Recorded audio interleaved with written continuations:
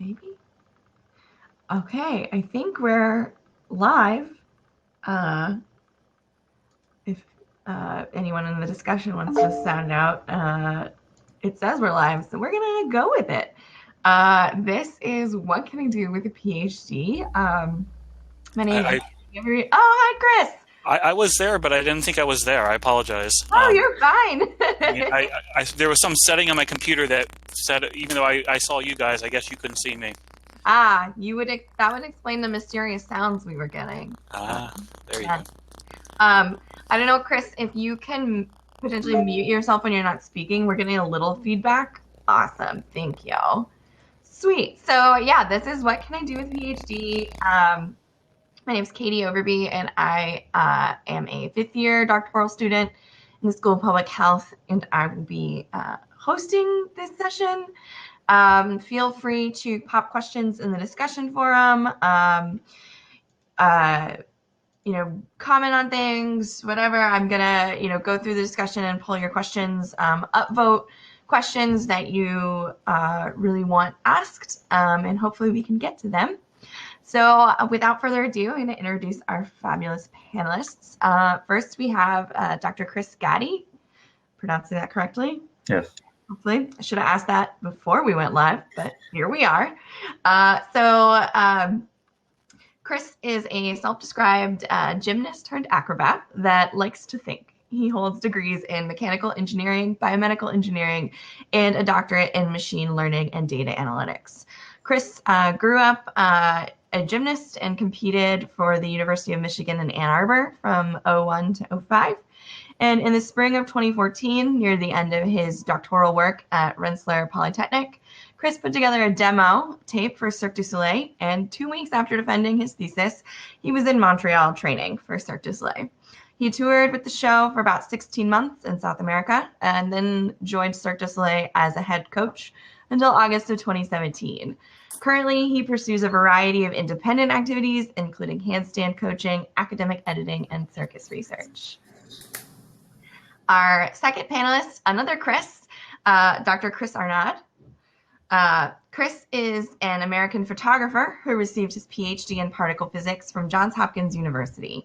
He worked for 20 years as a bond trader on Wall Street. In 2011, he started documenting the lives of poor people and their drug addictions, and commenting on the state of the Society of the United States.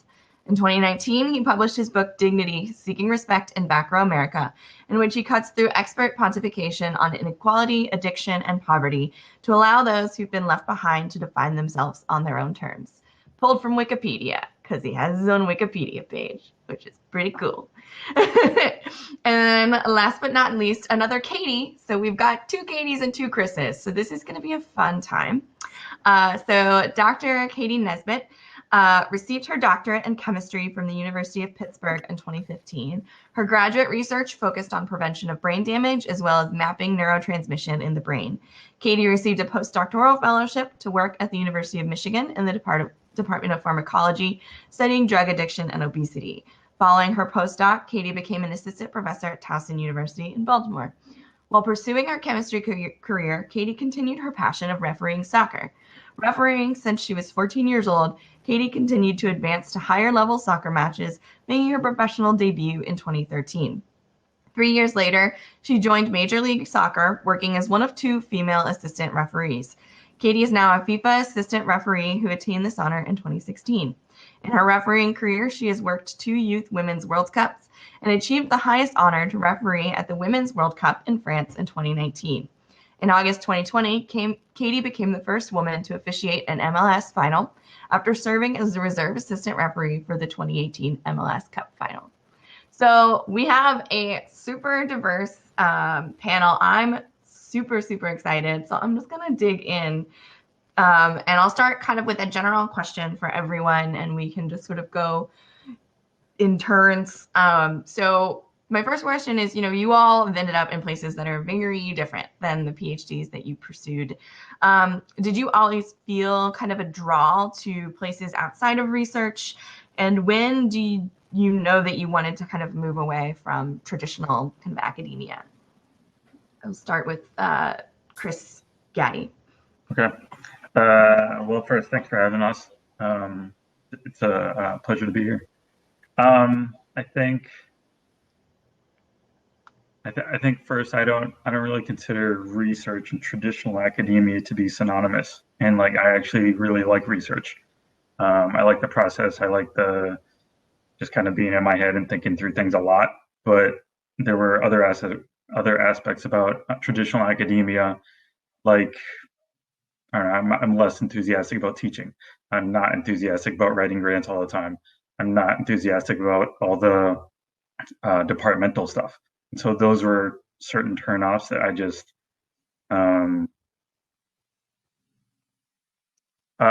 those were too persuasive to not sort of go down that traditional academic route, I guess.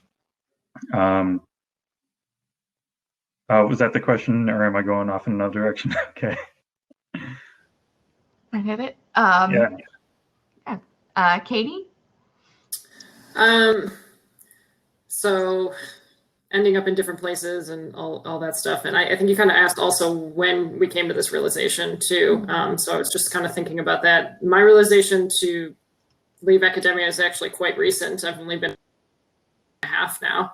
I taught at Towson until very recently, and really wanted to be a professor at a university, as well as not wanting to stop my soccer career. So it was actually not as easy of a decision for me to leave academia, because I had kind of followed the steps, as you've heard in my bio, where I did the PhD, I did the postdoc, and then I got the assistant professor job and was actually very happy there. But also realized that I was very much more happy doing my other job and wasn't able to give that my full attention, nor was I able to give my assistant professorship my full attention. And I just wanted to see what would happen if I just did one thing at a time. And that's honestly where I got to my decision. And it was not easy at first, and probably took me a whole year to really commit to the decision to leave. But I know I've made the right decision. I'm really happy with it. And I also feel that if I needed to go back at some point, I could needed to. So that's really why it was okay for me to feel comfortable leaving. And I feel very good about it, to be honest. So. Nice. Awesome. Sweet. And then Chris Arnaud. Yeah, I'm a little bit, I guess I'll answer slightly differently, which is I kind of went into a very niche field, which is theoretical particle physics, cosmology, to answer the big questions like how the universe began. And I did that for myself. I wanted to learn that. And I learned that, and so I remember exactly where I was. I was on top of the, I guess it's called the Bloomberg building now, smoking a cigarette on the top of the roof of the Bloomberg building when I said, okay, time to do something else. And so I spent, basically, I had a very good thesis advisor, Jonathan Bagger, who was, I guess at that point, head of the physics department. I told him I don't really want to be doing this. We're getting a lot of feedback. Can you hear me? We can hear you, but we're getting a lot of like, oh, better? Oh, worse now somehow. Is that a little bit better? No, so it's every time you talk, we're getting like really intense, like mic. Here, let me try something. Watch Okay. This is our lives now. How we got. Is that better? Yes, Okay. significantly. So the department chair I went to, Jonathan Bagger, was my advisor, and I told him, he said, he was very, very nice. He said, take a year, figure out what you want to do. One of the great things about, hopefully we'll get to it eventually, is one of the great things about having a PhD is you can do a lot with it. And so I spent a year figuring out what I could do with it. And in that case, it was ultimately bond trading. But, I think there was I was very fortunate to have a very flexible advisor who understood my decision. And I think that's very important when it comes to these things. Yeah, awesome. Thanks, y'all. So I'm going to kind of dig into some of your answers. And, I'll kind of direct some of these next questions at each of you. But if you have something you want to add, feel free, to hop in. So my first question is for Katie. So you kind of mentioned this sort of competing interests thing. And And I think that, at least personally, that's kind of a place that I find myself, of kind of having this one interest that's way over here and one interest that's way over here. And, how did you kind of balance that? And kind of what is your advice for exploring interests that are, kind of really on the opposite ends of the spectrum? Oh, you were muted, I believe.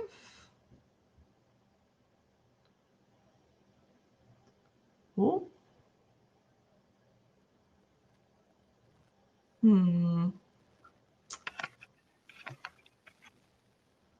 Still no sound. Oh. Always the problem.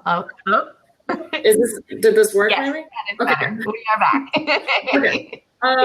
So what I was saying was, I think the way that I kind of approached it is I tried to push my limits with both of them as far as I could before really making my decision. And so when it came time to make the decision, it didn't feel very difficult to me, and I knew where my strongest passion was. And that wasn't always easy at times, because working at the highest I could academically and trying to get my research done and all that,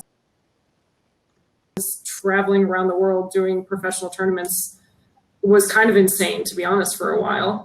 But I wasn't willing to pick or to give up yet, so I made it work. So, I worked in the lab crazy hours so that I could still do this, but that sounds insane, but for me, I just wasn't ready to make the decision. So that was the only other way to help me figure it out, is I had to keep doing both until I knew. That's also kind of the way I am a decision maker. So, I don't know if that's really a recommendation, but I felt like I took my time with it and just kept proceeding through the steps I needed to do until I was ready, instead of forcing it, And I'm sure there's other ways. We heard Chris say that, he took a year to kind of explore that himself. This was kind of my way of exploring it without having to give one up yet, Yeah, thanks. And I'll ask the same question to the Chris's.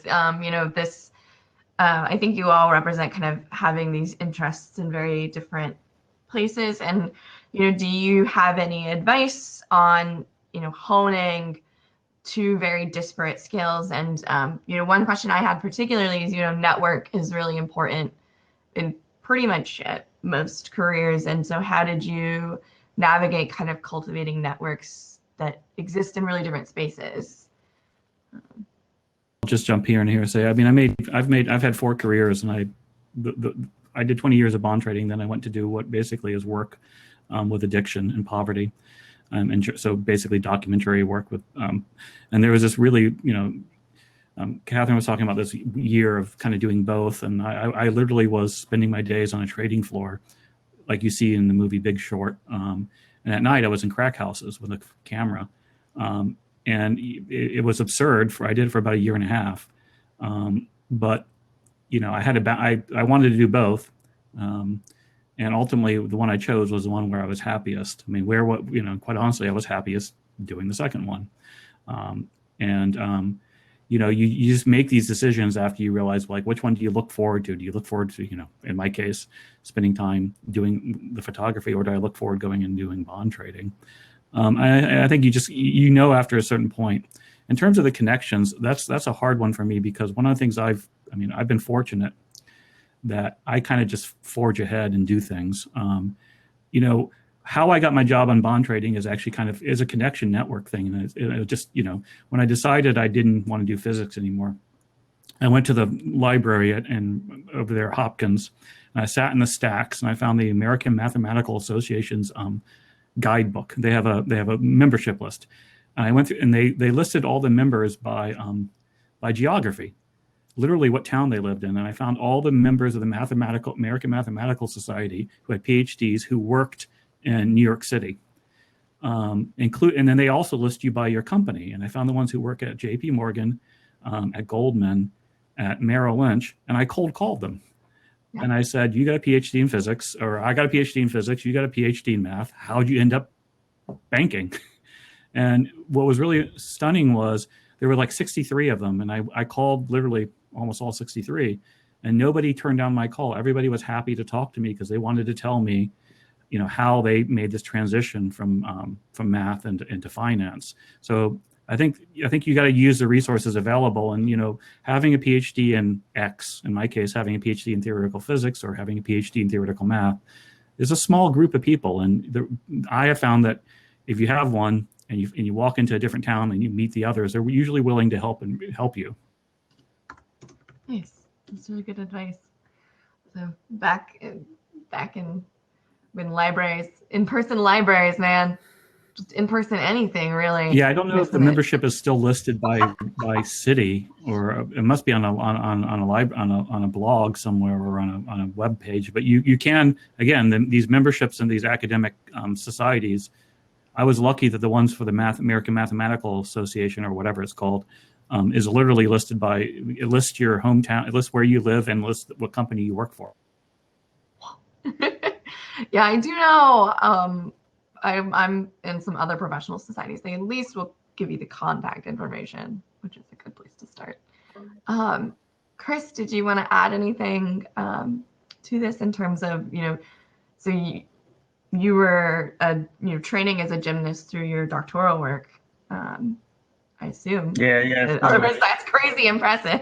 Yeah, I mean, I definitely had those competing interests as well. And I mean, I kind of had that through childhood I was a gymnast until I was like 4 years old.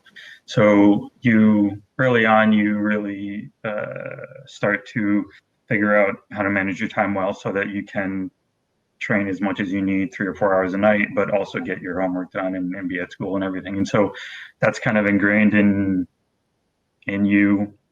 And I kept that through grad school, through research, through grad school again. And I think it was a necessary balance where if I was only doing research and only doing academics, I'd go absolutely nuts. And so having some physical activity or outlet was just like a critical mental necessity of sorts. And I mean, my advisor, when I was doing my master's and then working in research after that, he'll let me go to the gym in the middle of the day, work out for 3 or 4 hours, and then he knew I'd come back and just finish whatever work I had to do, because it was a big part of my life and I was productive and it helped me stay productive. So, but I think what Chris said, just kind of really feeling out what makes you feel the best, and ultimately, like towards the middle of my PhD, towards the end of my PhD, I was just like, okay, where do I want to spend my time? It's like I'm happiest in the gym, whether it's coaching or doing stuff myself, training, and that sort of led me to take my path. Yeah, nice. I'm getting some head nods from Katie in terms of needing a physical outlet. Very important. I'm going to ask this question that was in the discussion from Michael, because I think it goes along with this discussion. So for those of us who maybe don't have that kind of second job or kind of second passion, but are questioning, ourselves in terms of kind of the PhD academic trajectory, how, do you have any advice for kind of confidently exploring new opportunities, new passions, while still, looking and kind of maintaining some level of security in the academic pathway? And I think again, this question, I'd love to hear from all of you on this question. I'll just jump in real quick. Start. Yeah. Going first, but I mean, I literally, like I said, I had an advisor who gave me a year off. I mean, while I was writing my thesis, I treated my thesis like a job. I got there at 5 a.m. Because of I don't know if departments are still like this, but it becomes very social when everybody gets there and nobody's there at 5 a.m. So I basically wrote my thesis from 5 to 8 a.m. And then I tried different things. What could you do with a physics PhD? That was kind of like you can't do it now, but I couldn't do it then, but the equivalent now is like Googling that. And, I found 4 different things that kind of piqued my interest, and I tried all 4 of them. I wrote 3 papers in fields that I didn't end up going into, or I tried to write papers. I would sit in my basement at night. So I taught myself hurricane research. That was another one that I was about to do. And I got to a point where I explored it enough to say, do I like this? Is this what I like doing? And then I found banking. I did the same thing. And it was ultimately, it was kind of like a 3-month immersion in 3 different subjects to see which one worked. But I think the key here, and the key for people out there is, one of the things is you got to have, you can't be embarrassed about it. Like, I think academics tries to make this sense that you need to stay in the field. And I wish that wasn't the case. In itself, doing something like theoretical physics in itself is just a wonderful thing. It should be celebrated. But to leave the field is also not a big deal. I mean, it doesn't mean you disrespect what you did. And I think I wish there was less kind of almost a stigma in some of the departments about saying, hey, you have to stay here. So I was fortunate to have an advisor that didn't stigmatize my decision and gave me the freedom. But I myself was fighting over that year when I think he was doing something else, this idea that somehow I was a failure at what I did, as opposed to thinking that this was really a cool thing to do, is to use the flexibility to take my knowledge and then do something, use it as a springboard to do something else. So I would just say basically, my advice is just really try other things out. And also don't feel bad about wanting to do something else, because, it usually works out, believe me. That's very good advice to hear. I think we're gonna come back to that idea of traditional success in a second, so we'll put a pin in it.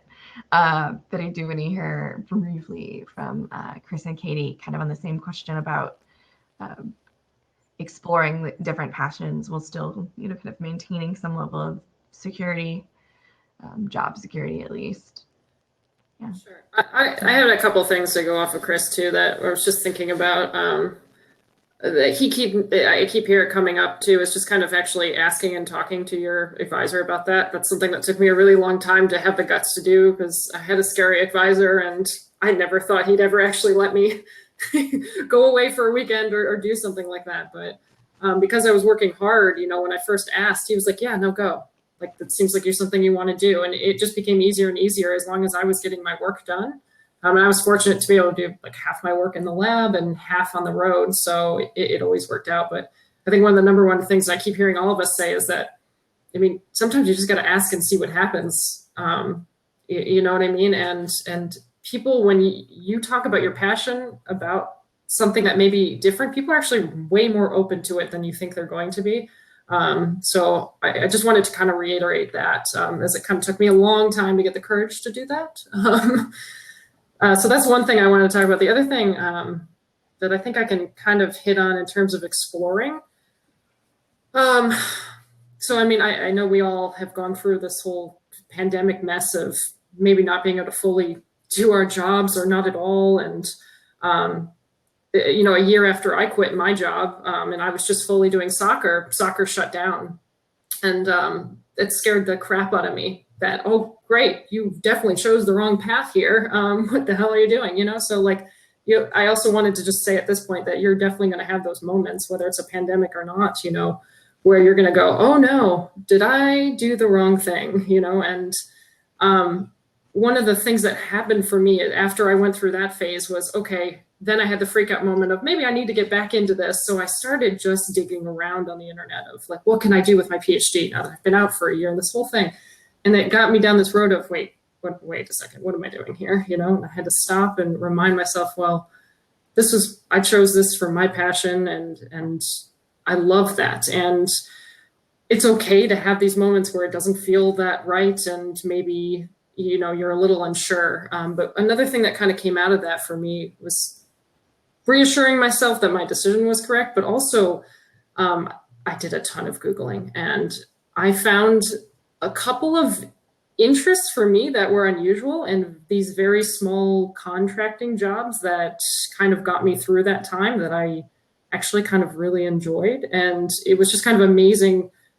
Obviously we know the internet's amazing, but it was amazing how quickly I was actually able to find a few little snippets, like 1 month of work that I could do with my PhD while I felt like I needed something, and so that was just another thing I wanted to share. Just these were small, really like, here are my skill sets, you can use me kind of a thing that just from kind of searching around, and I only picked things I wanted to do, you know, and lengths of time I wanted to do them for. So, yeah.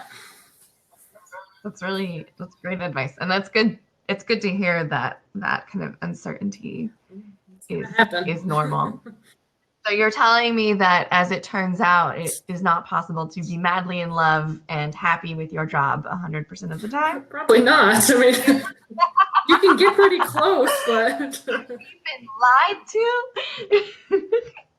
to. And Chris, kind of same question.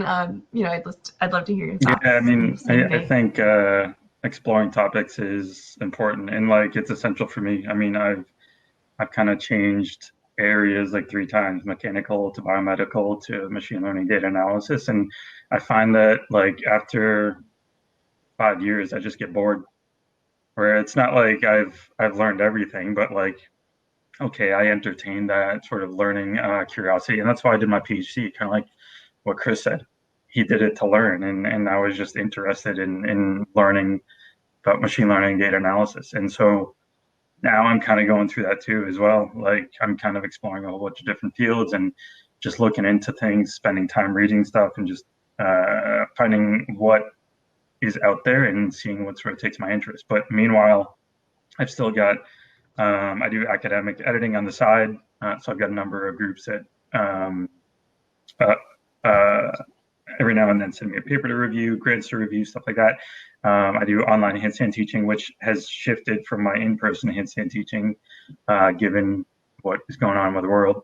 But it's like, okay, I had to make a little shift in how I work, but it's still sustainable, and it's allowing me the time and support to explore all these other interests that I might go into.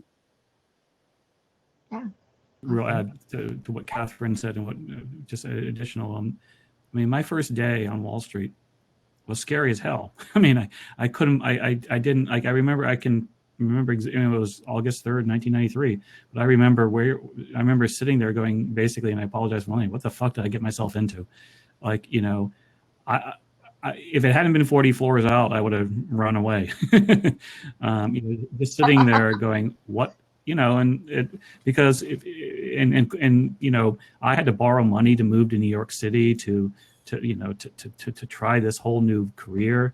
I'd never gotten debt before, and it was scary. And then similarly, when I quit Wall Street to work on, you know, addiction, I was walking away from a very steady career that, you know, and I was into something that had zero income, and it was really scary. There were moments when I would sit there in a bar going, what did I do? What crazy decision? And each one paid off, because ultimately, you know, I enjoyed it more. And so my energy was there. And I just, you know, transitions are really scary. No one likes to be the low person on the totem pole when you know, after you get your PhD, you've gotten to a certain hierarchy where you feel comfortable, and then but the thing to know is you're not throwing away, because you learn all these skills in a PhD that you can then use in other parts of your life. Yeah, that's really, really good to hear as someone who's getting near the end. And I think in that vein, I do want to follow up on your comment, Chris A. You know, how do you find that you use the skills that you learned in your doctoral work? Are there, you know, what are the things that you learned in your doctoral work that you still find valuable? And also, what are some things that are maybe not as important as you expected? And we can start with Chris, but it's Chris and Katie want to join in after. The things basically how to solve problems, and confidence in how to solve problems. I mean, what I think of is, I'll answer both, which is that doing a thesis, when you're in a PhD program and you're doing a thesis, you think that's all that matters in the world, your thesis. Like, you know, everybody wants to know about the, you know, thorax bug segments and how it impacts the colonialization of ant colonies or whatever. And so you go into the bar and you want to talk to everybody about that, but it doesn't matter. What matters is you know how to solve a problem, and you know how to research. So when I got that day when I was sitting there and listening in Wall Street, feeling like I wanted to run away, you know, my new boss then just basically plopped a problem on my desk that, you know, wasn't solved and wanted me to solve. And I had I almost didn't know the words of the problem, but I knew that I had the experience of how to solve problems. I spent 6 years solving problems. So 2 months later, I solved the problem because, I learned, you know how to think, you know how to think rationally. Similarly, when I did my project on poverty in America, I found myself, my project is very much about talking to people and interviewing them. But behind the scenes, I spend hours and hours and hours and hours looking at data to try to get a better perspective of data, poverty in America, and where to go, where to choose, where to spend my time. That's very much comes from my physics background. So I think, you end up having all these skills that you don't really recognize, but the number one skill is how to solve a problem, and that's a lot more valuable than you realize. Thanks. Yeah, Katie and Chris, kind of similar question. Are there things that you find that you still use today, or things that really were valuable to cultivate while you were in your doctoral work? I love the problem solving one. That one's great, because I don't think I would have ever said that, but now that Chris has said that, that's exactly probably one of the number one skills that I take every day, just kind of for granted now that it's just so natural. One thing that I definitely still do is I am still a nerdy researcher at heart, and I still research stuff, but it's kind of more for myself and what I'm curious about, and it's kind of great, like I definitely, obviously for me, fitness and nutrition is huge because I'm an athlete. So, I love that I can dig into research papers and have a pretty good understanding of what they're saying and be able to use that data at probably a higher level than if I hadn't gone through a PhD. And I definitely still nerd out on that stuff. It just kind of now fits into my own interests, and maybe not exactly where the grant money is. And I can't complain about that at all. I like that piece. Nice. Yeah, I would definitely say the problem solving side of things. I think it just shapes the way you look at the world in general, and it's just sort of ingrains that sort of analytic mindset to look at what is going on and just being like, okay, how can we solve this? Just as an example, like circus is a very manual sort of environment. It always has been, but it still is very manual. Things are just brute force, but there are better ways that we can do things. We can use analytics, we can use algorithms for planning and stuff like that. And so those are clear examples where I stepped into the circus world and I saw these opportunities. I'm like, okay, this is an opportunity for an opportunity we can improve on. And kind of what Katie was saying about just looking into research and actually being able to understand things and sort of apply it to yourself, perhaps. I think that's a unique perspective on what is out there in terms of information content, where if I think about sort of the handstand world, I guess I'm seen as one of the most sort of analytic, academic / scientific people in terms of how I look at handstands and training and working with people and stuff like that. And so to some degree, it sort of helped carve that space in the community out too. Yeah, thanks. So I do want to, in kind of a similar vein, it sounds like the three of you were all very lucky in having kind of advisors who helped support this transition. And so, I would love to hear your advice, and we're getting some questions of discussion around, what is, do you have any thoughts on an approach if your advisor is maybe not as supportive? I know, Katie, we can start with you because you did mention kind of having a scary advisor. So any thoughts you have either from your own experiences or for things you've seen on exploring these alternative careers with an advisor who's maybe not as on board? Yeah, sure. Yeah. I can't say he was ever he would say yes for sure to things, but can't say it was ever the most supportive way. And I remember feeling kind of bad about some of that, like I was doing something wrong or, along the way. I think one of the things that really helped was proving my productivity and proving I was still getting my work done, which definitely takes a little bit of extra work and maybe some extra face time that you don't like on Saturdays or something like that. I think for me, that was the approach I always took, because it was so important to me to be able to have my other thing. So I do understand that some advisors, it's going to be really difficult to do that. So in other senses, then that might have to mean that you find a workaround that is outside of your lab hours, and find other ways to continue to work on your passion that don't necessarily impact your time researching, right? And it also sounds like maybe some different types of long hours or things like that. But again, if you're showing that you're productive, that's really what your advisor kind of wants to see, right? So if you can prove that to them, then maybe they're a little bit more flexible with you. Yeah, thanks.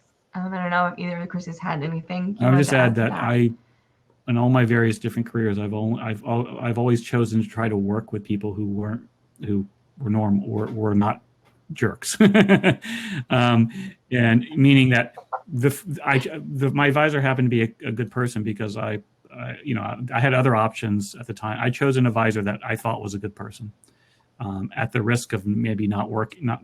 So I think every time in my life I've chosen to work with a group that maybe I don't get paid as much. It's not quote as it's good on the resume, but yet is a nicer group of people that's always paid off in the end.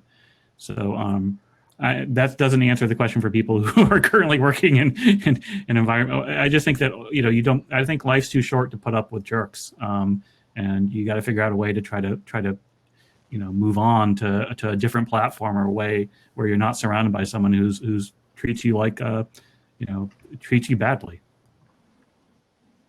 Yeah, that's really good advice. Chris, did Yeah, you want to add on?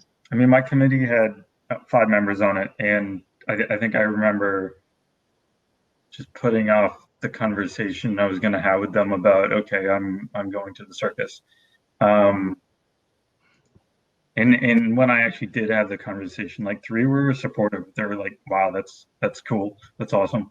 But then, I mean, 2 were definitely like hesitant and like, wait a minute, you just did a PhD, all this schooling, and that's what you're going to do with it. So, I mean, I definitely felt that in terms of expectations. I mean, I definitely felt it from my parents too. I mean, they saw the schoolwork, but they're like, okay. But I mean, I think I also showed just like such passion in what I was going into that my advisors and my parents saw that, and they're like, okay, if he's this into it and that's what he wants to do, cool. Yeah, you literally went away to the circus. Yeah. Kind of delightful. As a follow-up question to that, Chris, and we can all chime in on this. Any advice for kind of letting go of those expectations or traditional views of success in a doctoral program? I think we all feel this. That this idea of tenure track faculty at a high-level research institution is like the end-all be-all, and if you're not, you're a total pile of crap, which isn't true, obviously. But how do you work through that? And in similar vein, those feelings of failure, whether self-imposed or externally imposed, how did you? I mean, as I said, some aspects of academia were just not attractive at all to me, and so when considering those, it was an easy choice not to be like, okay, that's the way I have to go, or that's the only way to go. And I don't know, I think maybe just over the course of undergrad, grad school research and whatever, there were a number of times when I was not making a decision just for myself. It was like influence based on expectations. And I think during my PhD, I started to realize that. And then I was like, nah, I want to do something for what I actually want to do. And I was just strong enough in that okay, that was what ended up happening. Yeah, awesome. Katie or Chris, do you want to add at all to that? Kind of navigating external expectations and, I mean, and I academia guess I would is just say, very rigid. I mean, I whatever, well, everything Chris says, I agree with. I mean, I felt like, you know, I've ended up, you know, I look back at what I could have been, I might have become, or I wish I wanted to become, you know, 20 years later, 3 years later, geez, what, you know, that researcher and I'm glad I'm not that person. So, you know, no disrespect to them. I'm glad they're doing it. I'm glad that's how they find fulfillment. But that's just not who I wanted to be. I find that to be a very, and again, I'm glad they're doing it, to be a relatively shallow, bubbled life, which again, you know, good for them. But that's, you know, to put the pressure on that you have to do that by no, I mean, I've been fortunate to live a life where I've had 3 very different careers and I met a lot of people and had a lot of experiences, and I'm very glad I did. I'm very glad I made the choices I did, and I didn't basically, you know, I called, you know, when I dedicated my thesis, I kind of dedicated it to the guidance counselor department and at my undergraduate school, and said I took the path of least resistance, which for me was, I mean, I was just really good at physics. It was always easy, but it wasn't something I really necessarily wanted to do other than to learn, you know, for myself. So I think there's just got to be a lot more or less.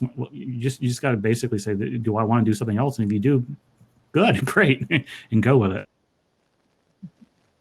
Yeah, thanks. And yeah, Katie, so I completely agree. I mean, I know I struggle with that a lot. And I think that one thing that is really important for everybody here to remember is that because they're all in a graduate program getting masters and PhDs, that's a pretty big deal. Like, and I know that it feels like, oh, I'm a failure if I don't get this tenure track, but how many people have PhDs? You know, that's you've already achieved, and you're already achieving something that's great. And it doesn't mean that you're a failure by not fulfilling that to its biggest extent and retiring and becoming an emeritus professor and walking the halls of a department when you're 75. You know, that doesn't have to be it. You've already done it. You're already being successful in that. And I think that's something that really helped me kind of wrap my head around that, is I did achieve something pretty great already, which is, you know, having my doctorate degree in that, and I'm okay then choosing to do instead something that I loved more. So that's okay, you know? Yeah, it's like, I don't know, I feel like for me, it's always just great to hear that the alternative path exists. You know, we get so much from academia. It's nice. I have a question from the discussion chat that I'm really interested in hearing. So, you know, every job, everything we do, you know, it's not like you love what you're doing all the time. You know, you get bored, unmotivated, what have you. Kind of the first part is, you know, what keeps you motivated to get work done when you have those kind of tasks to do? And then, you know, how have you navigated, you know, the difference between kind of lack of motivation versus lack of passion? I think the dominant narrative of, you know, oh, if you find a job you love, you'll never work a day in your life, is really damaging. And so I'd love to hear how you all teased out, you know, kind of run of the mill, being a little frustrated or bored versus, no, I need to move on. And we can start with Katie, and I'd love to hear from all of you. The first thing I'll say, and again, I'm going to say I'm new to this whole thing too. I am still figuring it out. Like I said, about 1.5 years into this, which still feels like every day is trialing, you know, like how I want my day to structure, what I want to work towards. It is more independent on me as opposed to, all right, tenure track, I have to produce this many papers, teach this class and that. So it's more on me. But the other great part about that is the amount of those boring, mundane tasks or things I don't want to do have decreased significantly. And so I will not say there are, you know, I don't work a day in my life. Yeah, sure, there are things I definitely don't want to do sometimes, but the amount of that has dropped so much that it makes it a lot easier for me. The other thing that's changed a lot for me is having more time for myself, more than I've ever had, and just being able to now even learn more about myself and what I want out of life. And now having the time to make those small adjustments and changes have been so huge for me. And again, so I'm still in like the new, you know, excited phase of this for sure. But I love that piece that I haven't felt like I've had since I don't know, since we all go to college and dig in and that's it. So I've really enjoyed having that time for myself too, to kind of further figure out what I want out of life. Nice. Awesome. Chris A., you getting some thoughts on beard stroking? I mean, a lot of what it's really interesting when, I'm doing this for myself, now I did this project. I've lost money on what I've done for the last 10 years. So I'm truly doing it for myself. And so, in that sense, it's hard for me to say, I don't want to be doing this. Like I'm my boss, and if I don't want to be doing it, then I shouldn't be doing it. But there are times when you have to keep the greater goal, like to do a book. It's like running a marathon. It's like the completion is what, you just got to keep the completion in your mind. So when you get to like the 21st mile and it's hurting and you're cramping up, you just got to remember that, the other times you've completed a marathon or the other time you've completed a task. And when you get to the goal, it's over and you look back and you go, wow, like Catherine said about what a PhD is, it's the same thing. Like you've accomplished quite a bit when you have a PhD. And clearly, I think people who have PhDs like to accomplish things. And so it's just, you just have to keep your eye on what you're trying to accomplish and power through the kind of drudgery that comes with a lot of luck. Yeah. And Chris G., same kind of. Yeah, I would say that I'm still in the figuring out stage too, even like 6 years after getting my PhD. I certainly still have that sort of independence to explore what I want, which is awesome. But I'm trying to push like independent research, and being independent, that comes with a huge number of hurdles. And so trying to figure that out, move that forward while balancing the other activities, like that's still, it's enjoyable. It's like, okay, I see that sort of light at the end of the tunnel, like Chris was saying, like, okay, there's a project, a direction moving forward. And that is a motivation that these research interests, there's probably no money in them as well, but they're sufficiently interesting that they just occupy my brain every single day. And I'm like, okay, that's worthwhile. Yeah, awesome. That's really good advice. So I have one more kind of question for all of you that fits the theme, and then I have personal interest questions I want to ask each of you. You have very interesting backgrounds, and I can't help myself. The one question I want to ask, and this goes in, I think we got a question in the discussion forum asking about, feelings of, for all of us who are still in our doctorate and realizing, oh crap, this isn't what I want. How to cope with those feelings, worrying that this doctorate may be a waste of time. And so in that vein, the question specifically is, if you could go back to yourself on the day that you defended your doctoral work and say, like 1 or 2 sentences, what advice would you give yourself? Anyone can start. It's worthwhile. Like you the skill. You finish your degree. You're gonna, like everything we said today was about you trying to recognize that you're not going to get a useless piece of paper. You've completed something. That very few other people have completed, and it's going to serve you well regardless of what you do 30 years down the road. And don't get obsessed with having to just climb the well-established hierarchy that is there in academics that very few people can climb. Just you should be doing it for yourself and for the intellectual framework it provides you and the interest it provides you. Yeah. Very similar to that. Look at what you have accomplished. Look at what you have learned. And I think even though I have kind of changed fields a couple of times, it's not like I closed the door on any of that. It's like how I look at the world, how I look at problems. I'll use the larger problem-solving knowledge, but also the nitty-gritty details about, okay, that one research problem I worked on to maybe contribute to solving this sort of new problem. So it stays with you. It's not like you leave and it's gone. And Katie?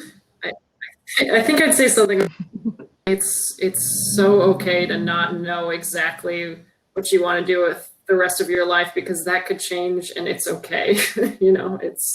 It's completely okay. And the other side comment I'll make too, I know it's a little off topic, but you mentioned, people that are working towards their PhDs and realizing halfway through, oh no, that's not what I want to do. That's also okay. I met my husband in graduate school, and he left after 4 years and said, I'm done. And also is living a very happy life, and the job that he got and has worked his way up just the same way. So, there are so many options, and it's okay to make those changes and realize halfway along your path that that's not what you want. And that doesn't mean that you won't figure out what you do. Thanks. It's really good. I'm having a great time. This is great to hear. So, so I have a few fun questions, but feel free to hop in and offer thoughts. So I'll start with Katie. How did you end up as a professional referee? And do you, I'd love to hear if you found anything from your, kind of doctoral research side particularly applicable.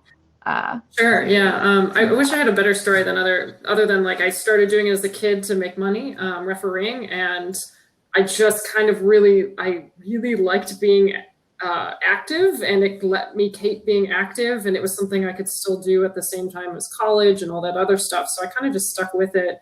Met a lot of good people along the way, and when the Women's Professional League started, they invited me to do that. I mean, that got really cool. Like being in big stadiums with fans was incredibly appealing to me. So I always just kind of wanted more and more out of that. So, I just kind of stuck with it and made it work at the same time as getting a PhD and things like that. One of the number one things for me that kind of translated between getting my PhD and refereeing soccer is actually how to manage a variety of different personalities. I'm sure everybody works in a research group where there's a variety of different personalities, and that's the same thing I find with players on the field. So that's probably for me the biggest skill that like translates between the two is just how to speak with or work with people that are probably in a stressful situation that you need to have a good outcome with. So that's definitely something that works well for me. And I'm glad I had that practice. Yeah, I think a lot of us have stories from our doctoral work of navigating people. Awesome, it's really cool. And Chris G, this is mostly because I just want to know, what's your best advice for someone learning how to do a handstand? If it's one piece of advice, it's find a good handstand coach. Fair enough. After that, I mean, if you're not scared to get upside down, if you have enough strength, get upside down, back against the wall, push tall through the shoulders, squeeze your legs nice and tight, and look at a spot in between your hands. And that'll at least start to give your body enough structure to be able to progress with other things. Awesome. I appreciate it. Me and my partner have been slowly learning. Our lack of access to a gym and our awful hard tile floors have impeded that a bit. I appreciate it. And then Chris A, I ended with you because I think this question potentially could have some discussion. And if we have time, I have a bit of a tie-up, but this is not super related to our current discussion, but I find it really interesting. I think it's really valuable for the current social climate of our country. So Chris, your work and your Twitter, which I went down a wormhole on, you frequently talk about kind of the education gap in the US. And, what are your ways that you see us as kind of doctoral students things that we can do to, promote closing that gap and promote kind of more equity across the country, and promote changes within our own programs. That's a hard one because, I think that just solve it. Educational inequality. I think one is, I think with a lot of education comes a lot of privilege. And I think all of us are examples of where we've been able to use a PhD. The very idea that you can use a PhD to go into lots of different fields is an example of that. But I think it's to remember that, I was fortunate enough to grow up in a town where I'm still probably the only person who came out of that town to get a PhD. And I think it's helpful to remember that not everybody excels at this stuff, and to be a little bit more understanding of people who don't excel at that stuff.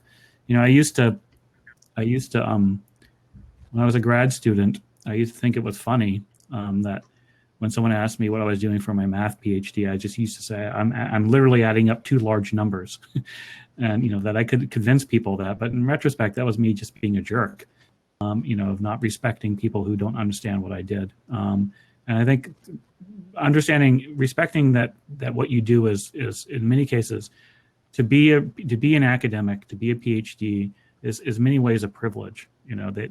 I always say that of all the various careers I've had, I couldn't believe that someone paid me at the time. Hopkins paid me $8,000 a year to play softball, drink beer, and learn about the universe. That was the best. Wow, man. And I still think back to that period as one of my favorite periods of my life. It was 4 to 5 years of just, of being paid to think. So I think a lot of it's incumbent on us who have PhDs to be a little bit more humble about what a privilege it is to do this. Even though, believe me, the industry does not treat its employees well, which is really damning. But nonetheless, when you have a PhD, that's a very privileged experience to come from. But it's also, I think, when you meet somebody who isn't like you, who isn't necessarily as academically inclined, is to not feel that the only answer to their problems is to go get more education. Maybe it's to pursue a different craft, athletics, or more things that are done with your hands, like building homes or building cars or building machines. So I think it's to realize that we're very privileged to have a PhD and to have a chance to have a PhD. Yeah, I really appreciate that, and that tied really well into kind of what we've been talking about. So we have only got a couple minutes left, so I'm going to kind of just free form it here. We've got a couple questions in the discussion forum that I think we've touched on a bit, but it seems some big standouts kind of remain. Any sort of last minute advice on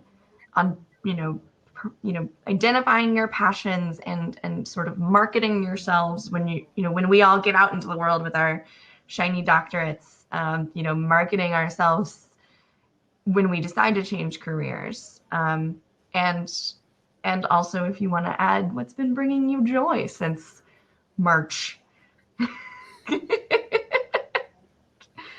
Anyone can start. I'll say that if you're still searching for that other passion, just go ahead and try new things. We have 3 guitars in our house. I had no idea how to play them, and now I can play 3 songs because sure, why not? You just pick something up, try it, and that's really the way that people figure out what you like. And it's okay to hate something or to fail at something. It's just it's the way that kind of works. Sorry, your second question. I'm gonna forget that one. What my kind of Marketing. How do you marketing yourself if you're I think what's important there is that you should recognize that you're already marketing yourself, and whenever you're having conversations with any people, these will probably be people that you could always find in your life if you need to. So just keep that in mind, and don't be afraid to even if you do walk away from your exact PhD work, to talk about that later in life and share what your experiences are. You know, I just started doing some consulting work for a company down in Florida just because I knew a guy from refereeing, and he knew that I used to do medical work in my PhD, just because we had a conversation about it. So he asked, hey, can you consult for us for a few weeks? You know, so just having those conversations and not being shy about what you have done is, you know, and you don't have to be ashamed that, oh, I don't do that anymore, so it won't come in handy, you know. So just making sure that every time you're having those conversations, you are always marketing yourself and later in your life. I think your final thing was what brings me joy now. That's a great question. I've gotten, honestly, I mean, soccer came back, thank God, for a little while. So that's really, it's been making me so happy as I've gotten to be on the field for the last couple of months. So, you know, I've been getting to do my joy. So yeah, I've been good. And Chris, I do want to give you both at least, you know, at least a little I would chance just say what to Catherine put a said pen in anything, about either not being scared to fail. You know, 10 years ago, I tried to. I was notoriously a bad writer all my life. I have dyslexia. But I just started writing, and some of the early stuff is just horrendous. Thankfully, it was on Tumblr and I deleted it. But I powered through it. The point was I powered through it, and just by 8 years later, I published a book because I took 8 years of. I decided I want to become a writer, and so the early stuff is is embarrassing to read in retrospect, but it was but got me to where I got. So just do it. I mean, it's people say just do it, yeah, and if people laugh at you, so what? I mean, and in terms of the joy, I don't get any. I mean, it's not a good period. I mean, I'm writing a novel now, so that's an attempt to find some sort of when we're all cooped up. But my way of learning is dealing with people, and this is not a great environment to deal with people.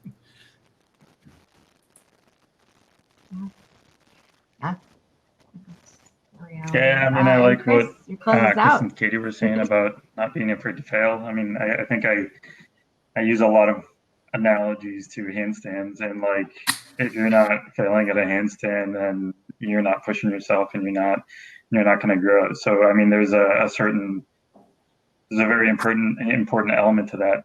Having the space to fail, that's an important thing too. So having some security, that's necessary to feel like you can sort of take those risks. In terms of joy now, I mean, I think the entertainment industry was shut down. I mean, I was going to tour the country in vanity handstands. That's not happening because of travel restrictions. So everything has sort of shifted for me, but I've just been slowing down, looking into a whole bunch of different things, learning, mostly just slowing down, which has been nice. Yeah, that's great. So I think we'll end there. If any of you, feel comfortable, if you want to share your Twitter handles or other discussion or other social media in the discussion chat, feel free. I think, based on the discussion forum, there are people that would love to follow you, maybe pester you on Twitter.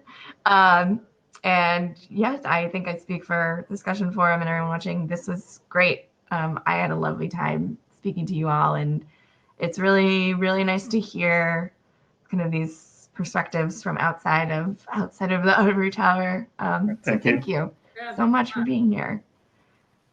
Yeah. And I will take us off. In theory, we are not broadcasting anymore. I hope not.